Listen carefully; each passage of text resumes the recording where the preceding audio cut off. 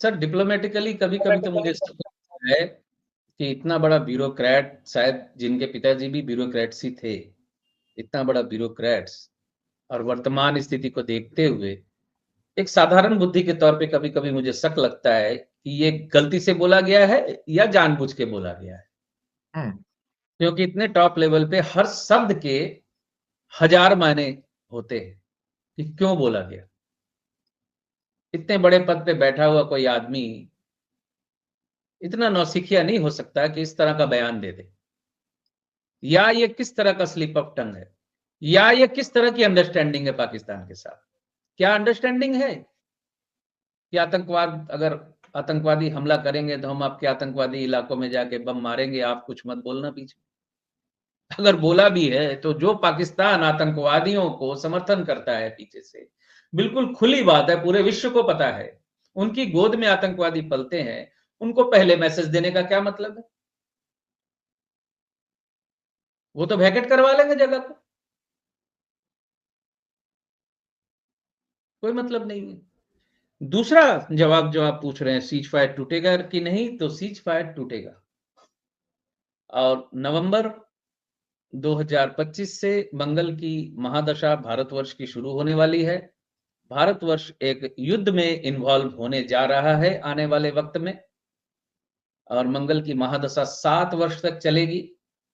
मंगल की महादशा शुरू हो रही है समझ लीजिए 26 से, तो 27, 28, 29, 30, 31, 32, 6 वर्ष, 7 वर्ष, 26, 27, 28, 29, 30, 31, 32, 7 वर्ष की मंगल की महादशा। 2032 तक रहेगा बृहस्पति अतिचारी। आने वाले 8 वर्ष अच्छे नहीं है। ये सारे पॉइंट्स है जो मैं बोल चुका हूं, और वही 8 वर्ष के उस ब्रैकेट को ये मंगल की महादशा भारतवर्ष की जो शुरू होने वाली है ये कंप्लीट कर रही। और हाँ, ये बृहस्पति का अतिचारी होना सिर्फ भारतवर्ष के परिप्रेक्ष्य में नहीं, दूसरे देशों के परिप्रेक्ष्य में भी अच्छा नहीं है।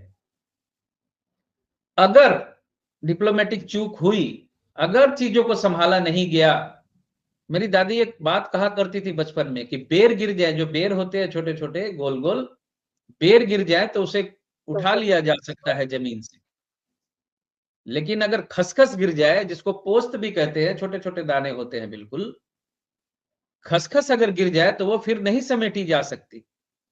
तो ईश्वर से प्रार्थना कीजिए कि बेर गिरे हैं, खसखस ना गिर जाए।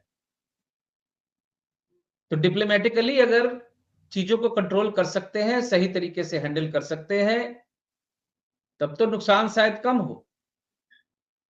क्योंकि नहीं तो 26, 27, 26 ने 27, 28 तक अगर ये सीज फायर टूटा, लड़ाई फिर शुरू हुई, तो थर्ड वर्ल्ड वार की तरफ बढ़ जाएंगे हम। अच्छा, ये भी सही है कि वर्ल्ड वार में भी कितने कितने देश इन्वॉल्व होते हैं। वो क्रिकेट की टीम के जैसा ही है, पूरा विश्व क्रिकेट नहीं खेलता है, लेकिन वो वर्ल्ड कप कहलाता है। वर्ल्ड वार भी ऐसे ही हुए, गिने चुने कुछ देशों में ही हुआ था।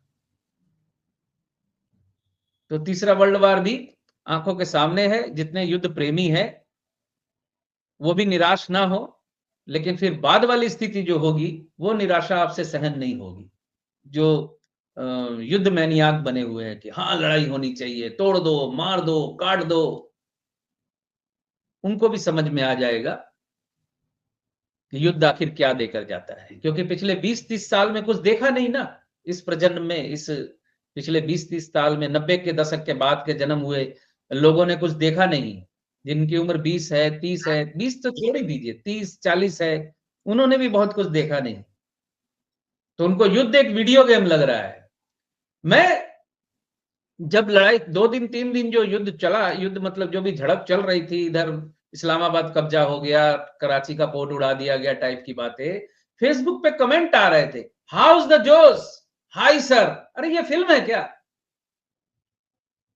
ये फिल्म चल रही, सिनेमा देख रहे हो? तो सब कुछ चरम पे है, और चरम पे आकर फिर उसका पतन होता है। बस इतनी सी बात कह के अपनी बात खत्म करूं। बिल्कुल सही कहा। और पिछले हफ्ते भी आपने कहा था कि पाकिस्तान के भी ब्रेकअप होने के चांसेस बहुत ब्राइट होते चले जा रहे हैं, क्योंकि उनके अपने अंदरूनी झगड़े जो हैं वो काफी हद तक उनको परेशान करेंगे, और जो खड्डे उन्होंने आतंकवाद के खोदे हैं दूसरों के लिए, अल्टीमेटली खुद ही गिरेंगे। और बाकी डिप्लोमेसी, कूटनीति तो दुनिया की एक्चुअली कुटिल नीति में बदल चुकी है। ये तो मैं पहले भी कहता आया हूँ। तो सिद्धांत जी, कोई और आप एडवाइस देना चाहे, सजेशन देना चाहे तो आप दे सकते हैं। दर्शकों के लिए कोई अपनी ओर से कोई बात रह गई हो, आप बोलना चाहे तो बोल दीजिएगा। मेडिटेशन कीजिए, इंसानियत पैदा कीजिए अपने अंदर। मैं बस इतनी सी बात कहूंगा।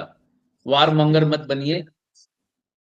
महाभारत को देखिए और महाभारत के अंतिम सीन को देखिए, जब द्रौपदी बिलख रही होती है और कृष्ण से प्रश्न करती है कि माधव, या उसको क्या कहती थी मुझे इस वक्त याद नहीं है, सखा, ये क्या हो, ये सब बर्बाद हो गया। तो कृष्ण ने एक बात कही थी कि मैंने तुम्हें कब कहा था कि युद्ध के बाद खुशियां आती हैं? मैंने ये बात तो तुम्हें नहीं कही थी। युद्ध के बाद खुशियां कभी नहीं आती, ना दुश्मन के घर में ना आपके घर में, क्योंकि घात और प्रतिघात दोनों चलते हैं। तो कृष्ण जैसी महाशक्ति भी सुख नहीं ला पाई थी युद्ध के बाद। तो अभी हाथ में बांसुरी लेके बाल लंबे करके कृष्ण बनकर घूम रहे लोग क्या शांति लेकर आएंगे? जी। तो मैं शुक्रिया अदा करूंगा। बहुत सारे हमारे दोस्त जो लगातार आते हैं, जीतू ठाकर, राकेश मिश्रा, रजत कुमार जैन, सुमित वैद्य, औसम मंडल, मुश्ताक, कमल जीत सिंह, और साथ में एस के अमरीक है, अनीश है, काफी लोग आए हैं। और असलम लवारे भी हैं। और साथ में आपके रिचर्ड मछादो, कुछ नाम केवल जेठी साहब। तो कुछ नाम मैंने पढ़े हैं यहाँ पर, मैं ज्यादा नाम नहीं पढ़ पाऊंगा। तो मैं आपका शुक्रिया अदा करूंगा। और जो लोग, आप में से कोई अगर सिद्धांत सहगल जी से कंसल्टेशन लेना चाहते हैं तो उनका नंबर मैंने नीचे डिस्क्रिप्शन में दिया है, पहले मैसेज कर दीजिएगा उनको। और बहुत बहुत शुक्रिया आप सबका। और सिद्धांत जी, आप आए और बहुत आज रोचक तथ्य आपने बताए जो प्लानिटरी कंडीशन के ऊपर है, तो मैं आपका भी धन्यवाद करता हूँ। Thank you very much. नमस्कार सर।